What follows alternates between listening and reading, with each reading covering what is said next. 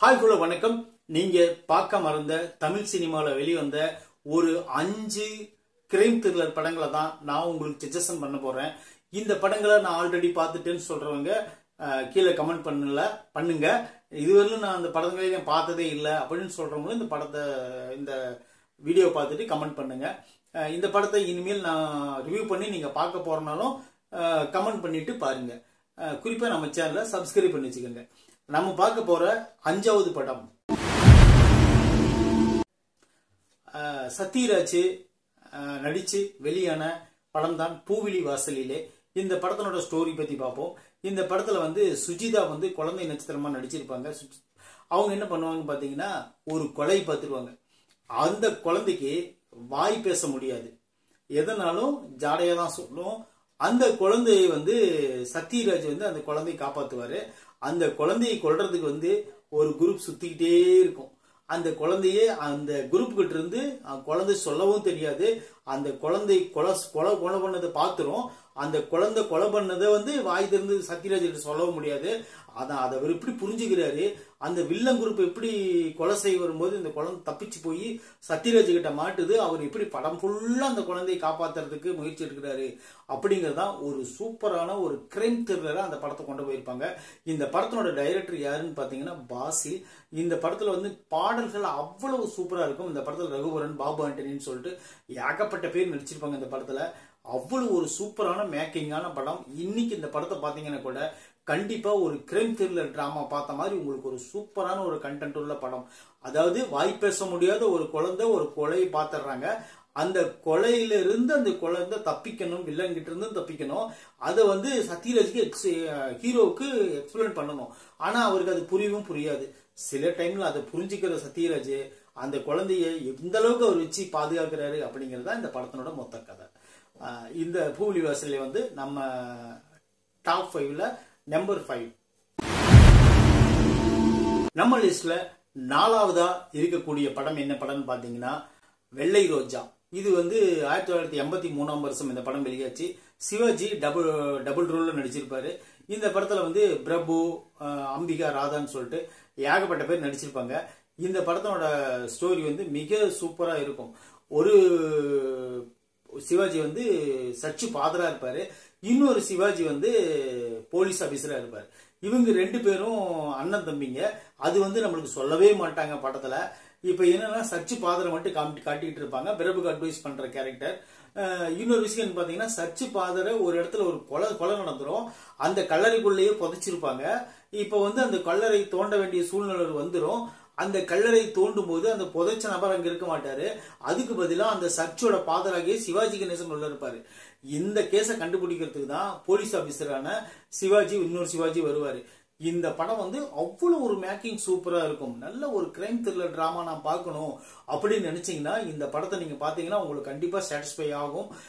சிவாஜி கணேசனோட நடிப்பு உலகம் அறிஞ்சது. அவரு டுயல் ரோல் நடிச்சாருன்னா எந்த அளவுக்கு இருக்கும் அப்படின்னு சொல்லிட்டு ஒரு எதிர்பார்ப்போட பாத்தீங்கன்னா வேற லெவல் அந்த படம் இருக்கும். அது போல இந்த படத்துல பிரபு இருப்பாரு. படம் ஃபுல்லாவே மானே மானே மானே அந்த பாட்டுலாம் வேற லெவல்ல இருக்கும். அந்த படத்துல அந்த அளவுக்கு ஃபைட்டும் சரி, இந்த படத்துல நடிச்சிருக்கக்கூடிய நடிகர்களும் சரி, அவர் ஏன் அந்த சவபோட்டுக்குள்ள போனாருங்கிறதெல்லாம் கண்டுபிடிக்கிறது பயங்கர த்ரில்லிங்கா இருக்கும். இந்த படத்தை உங்களுக்கு டைம் கிடைச்சா கண்டிப்பா நீங்க பாருங்க. சூப்பரா இருக்கும். மேக்கிங் அவ்வளவு சூப்பரா இருக்கும். இந்த படம் 83ல வெளியாச்சு. ஏ ஜெகநாதன் இந்த படத்தை டைரக்ட் பண்ணியிருப்பாரு. நம்ம லிஸ்ட்ல 3வதா இருக்கக்கூடிய படம் செந்தாமரை, சிவசந்திரன், VS ராகவன் சொல்லிட்டு ஏகப்பட்ட பேர் நடிச்சு வெளியான படம். இந்த படத்தினுடைய கதையை நான் சொல்றேன். இந்த படத்தினோட கதை என்னன்னு பாத்தீங்கன்னா, ஒரு பெரிய பங்களா, அந்த பங்களால வசிக்கக்கூடிய ஒரு குடும்பம். அந்த குடும்பத்திலிருந்து ஒரே ஒரு தனி மனிதன் மட்டும் வெளியூர்ல போய் தங்கியிருப்பாரு. ஆனா அந்த குடும்பத்தில் இருக்கிற யாருமே உயிரோடு இருக்க மாட்டாங்க. இத கண்டுபிடிக்கிறதுக்காக நம்ம கதையோட நாயகனான செந்தாமரை உள்ள வருவாரு. உள்ள அவர் தான் போலீஸ் ஆபீசர் இந்த படத்துல. அவர் ஒவ்வொரு இடத்துலயும் போய் விசாரிப்பாரு. அந்த சீன்லாம் வேற லெவல் இருக்கும். இது கண்டிப்பா 18+ படம். இது தனியா பாருங்க. குழந்தைகள், பெரியவங்கள் யாரெல்லாம் பார்க்காதீங்க, பெண்கள் யாரும் பார்க்காதீங்க.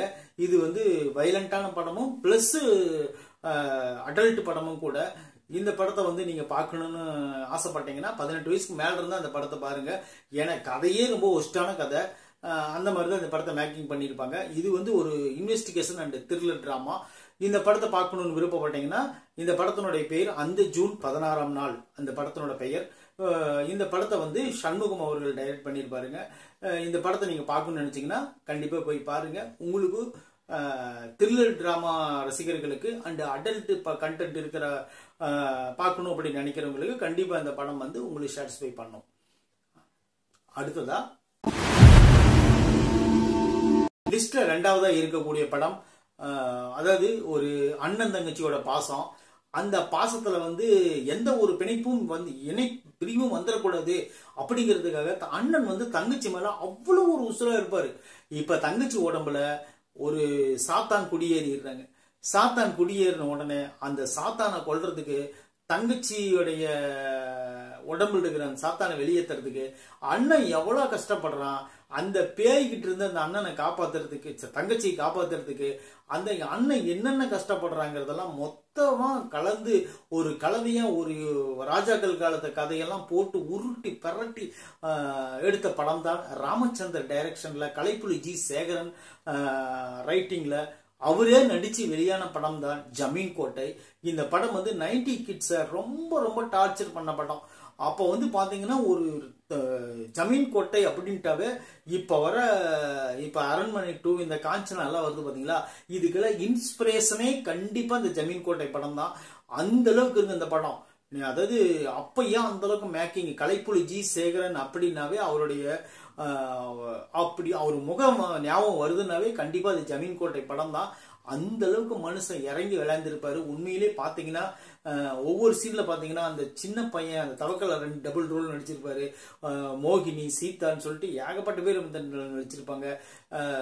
ராஜாக்கள் காலத்து கதையெல்லாம் வரும். அந்த கடைசியில அந்த கல்லறைக்குள் இருக்கிற அந்த இதயத்தை கொல்றதுக்கு அவங்க எவ்வளோ பாடுபடுவாங்க தெரியுமா. படம் ஃபுல்லா அப்படியே இருக்கும். அப்படியே அந்த வயசான கேரக்டரா மாறுறது இதெல்லாம் அந்த அளவுக்கு மேக்கிங்கோட இந்த படத்தை வேற லெவல் பண்ணிருப்பாங்க. ஜமீன் கோட்டை படம் வந்து நான் உங்களுக்கு இன்னும் ஒரு தனியா ஒரு வீடியோ போட்டு நான் கிளாசிக்கல் மூவி அப்படின்னு சொல்லி எடுக்கலாம்னு இருக்கிறேன். அடுத்தபடியா அந்த கிளாசிக்கல் மூவில வந்து ஜமீன் கோட்டை இன்னும் ப்ராப்பரா சொல்றேன். இது வந்து டாப் 5 இருக்கிறதுனால நம்பர் 2 இருக்கு இந்த படம். இந்த படத்தை பார்க்க விருப்பப்படுவாங்க, கண்டிப்பா போய் பாருங்க. இந்த படம் வந்து அவ்வளவு ஒரு சூப்பரான படம். நம்ம லிஸ்ட்ல இருக்கிற நம்பர் 1 படம், இது வந்து கொஞ்சம் ஓல்டு படம்.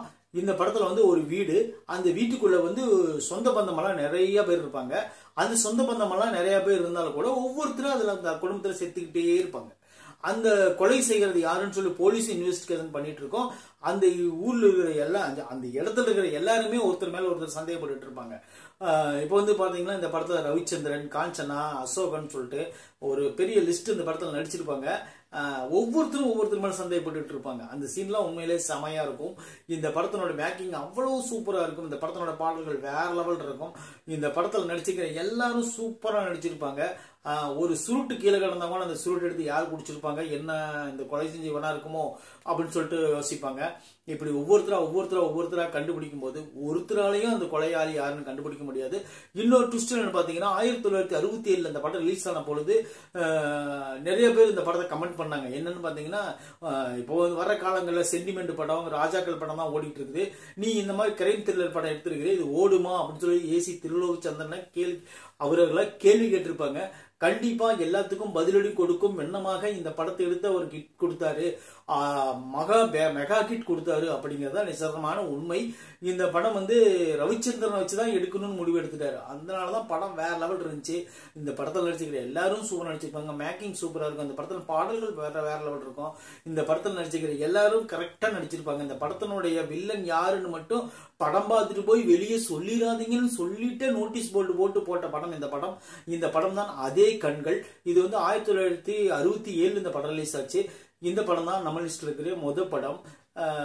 இந்த 5 படங்களும் நீங்க பார்த்திருந்தீங்கன்னா கண்டிப்பா நம்ம சேனலுக்கு சொல்லுங்க.